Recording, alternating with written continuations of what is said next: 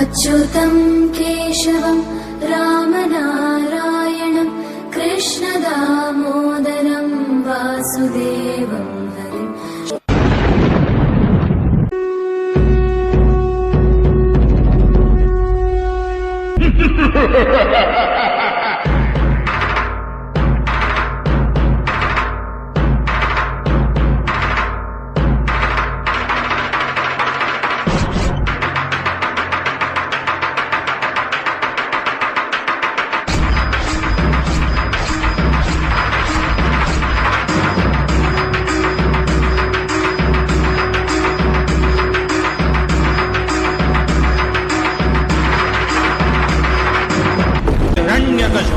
ಚತುರ್ಮುಖ ಬ್ರಹ್ಮನಿಂದ ವರ ಪಡೆದ ನಾನು ಆಕಾಶವೇ ಆಗಲಿ ಭವಿಯೇ ಆಗಲಿ ಹಗಲೇ ಆಗಲಿ ಇರುಳೇ ಆಗಲಿ ಯಾವ ಪ್ರಾಣಿಯಿಂದಾಗಲಿ ಪಕ್ಷಿಯಿಂದಾಗಲಿ ನನ್ನ ಸಾವು ಅಸಾಧ್ಯ.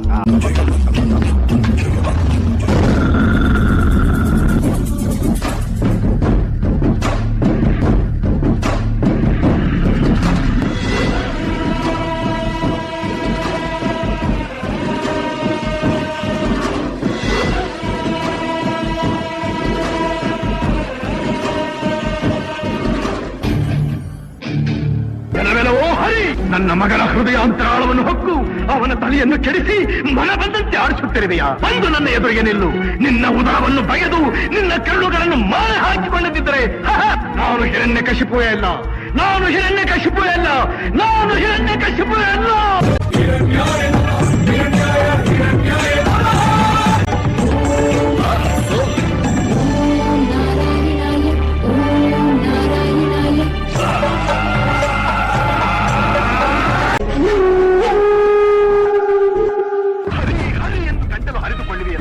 ಎಲ್ಲಿದ್ದಾನು ಆ ನಿನ್ನ ಹರಿ?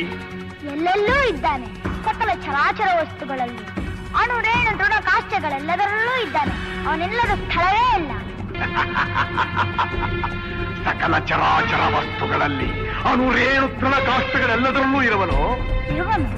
ಈ ಭೂಮಿಯಲ್ಲಿ ಅಲ್ಲಿಯೂ ಇರುವನು. ಆಕಾಶದಲ್ಲಿ ಅಲ್ಲಿಯೂ ಇದ್ದಾನೆ.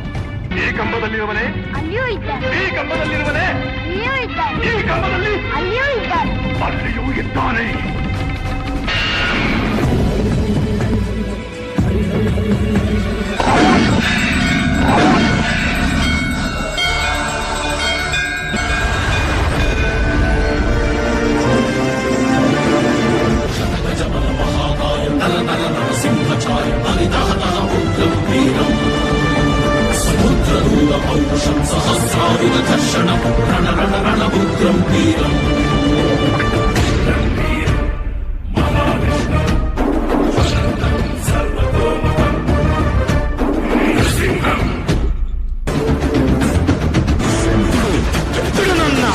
ನೀನು ತಾಯಿಯ ಗರ್ಭದಿಂದ ಜನ್ಮ ಪಡೆದಿದ್ದೀಯೋ ಇಲ್ಲವೋ, ಈಗ ಹಗಲೂ ಅಲ್ಲ ಉರುಳೂ ಅಲ್ಲ, ಮನೆಯ ಹೊರಗೂ ಇಲ್ಲ ಒಳಗೂ ಇಲ್ಲ, ಬ್ರಹ್ಮ ಸತ್ಯವನ್ನೇ ನುಡಿದಿದ್ದಾನೆ. ನೋಡು, ನೀನು ಭೂಮಿಯ ಮೇಲೂ ಇಲ್ಲ ಆಕಾಶದಲ್ಲೂ ಇಲ್ಲ. ನಾನು ಅರ್ಥನರ, ಅರ್ಥ ಸಿಂಹ, ತಂದೆಯೇ ಮಗನ ಜನ್ಮದಾತ. ಅವನೇ ಪುತ್ರನ ಸಂಹಾರ ಮಾಡಿದರೆ ಸೃಷ್ಟಿಯ ನಿಯಮ ಎಲ್ಲಿ ಉಳಿಯುತ್ತದೆ?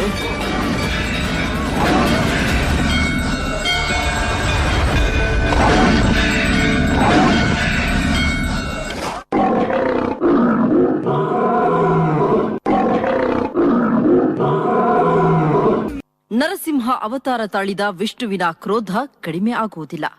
ಅವನ ಕ್ರೋಧದಿಂದ ಇಡೀ ಬ್ರಹ್ಮಾಂಡವೇ ಭಯದಿಂದ ಬದುಕುತ್ತಿತ್ತು. ಇದನ್ನು ಕಂಡು ದೇವತೆಗಳು ಶಿವನ ಮೊರೆ ಹೋಗುತ್ತಾರೆ.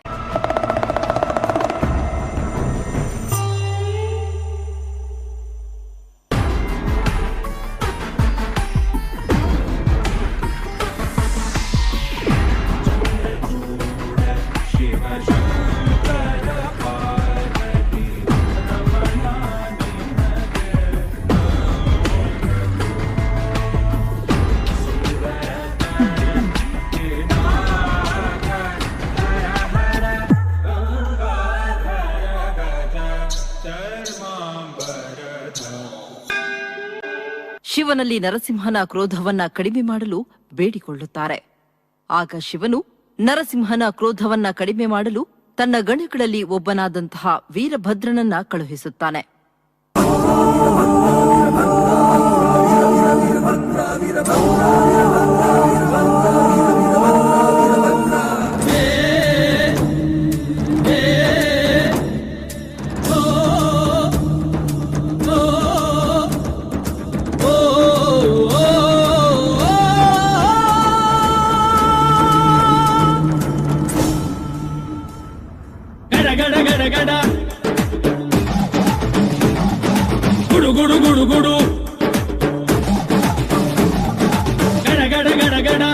ಭದ್ರ ಗುಡುಗುಡು ಗುಡುಗುಡು ಹುಡುಗುವ ರುದ್ರ ಮಡ ಮಡ ಮಡ ಮರುಗ ಭದ್ರ ಗದ ಗದ ಗದಗ ಅಗಿಸುವ ರುದ್ರ ರುದ್ರ ರುದ್ರ ರುದ್ರ ವೀರಭದ್ರ ಶಂಕರ ಶಂಕರ ಶಂಕರ ಶಂಕರ ವೀರಭದ್ರ ಶಂಕರ ಶಂಕರ ಶಂಕರ ಶಂಕರ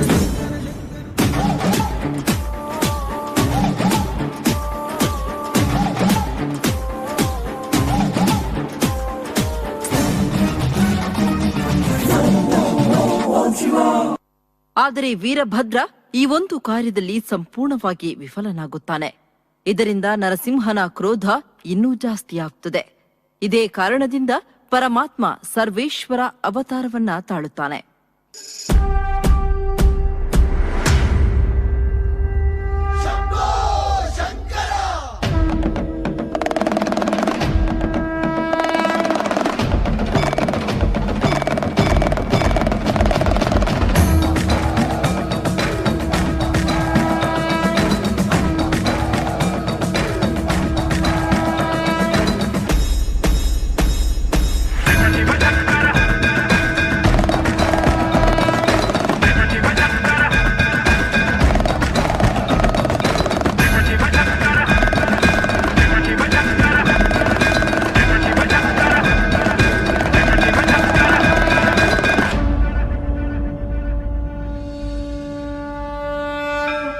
ಶಿವನ ಈ ಅವತಾರವನ್ನ ಶರಭವತಾರ ಅಂತ ಕರೆಯಲಾಗುತ್ತದೆ.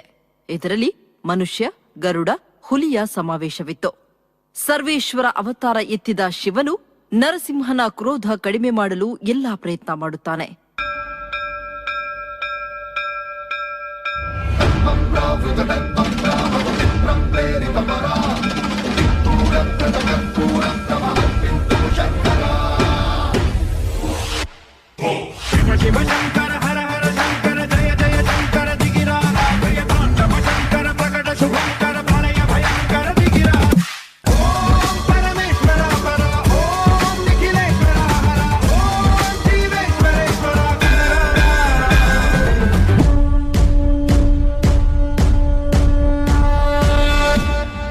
ಶಿವನು ಶರಭವತಾರ ಎತ್ತಿದ್ರೂ ಕೂಡ ಶಿವನು ವಿಫಲನಾಗುತ್ತಾನೆ. 18 ದಿನಗಳ ಕಾಲ ನರಸಿಂಹ ಹಾಗೂ ಶಿವನ ನಡುವೆ ಘೋರ ಯುದ್ಧ ನಡೆಯುತ್ತದೆ. ಈ ಯುದ್ಧ ಕೊನೆಯಾಗುವುದು ಕಾಣುವುದಿಲ್ಲ.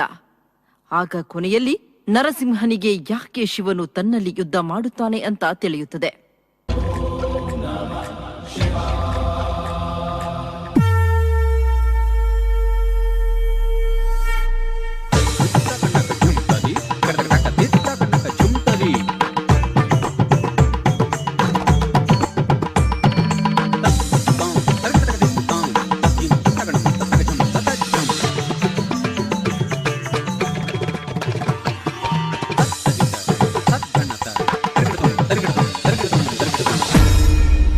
ತನ್ನ ಕ್ರೋಧವನ್ನ ಕಡಿಮೆ ಮಾಡಲು ಶಿವನು ಪ್ರಯತ್ನ ಮಾಡುತ್ತಿದ್ದಾನೆ ಅಂತ ತಿಳಿದು ನರಸಿಂಹನು ತನ್ನನ್ನು ತಾನೇ ಶಾಂತಗೊಂಡು ವಿಷ್ಣುವಿನಲ್ಲಿ ವಿಲೀನನಾಗುತ್ತಾನೆ.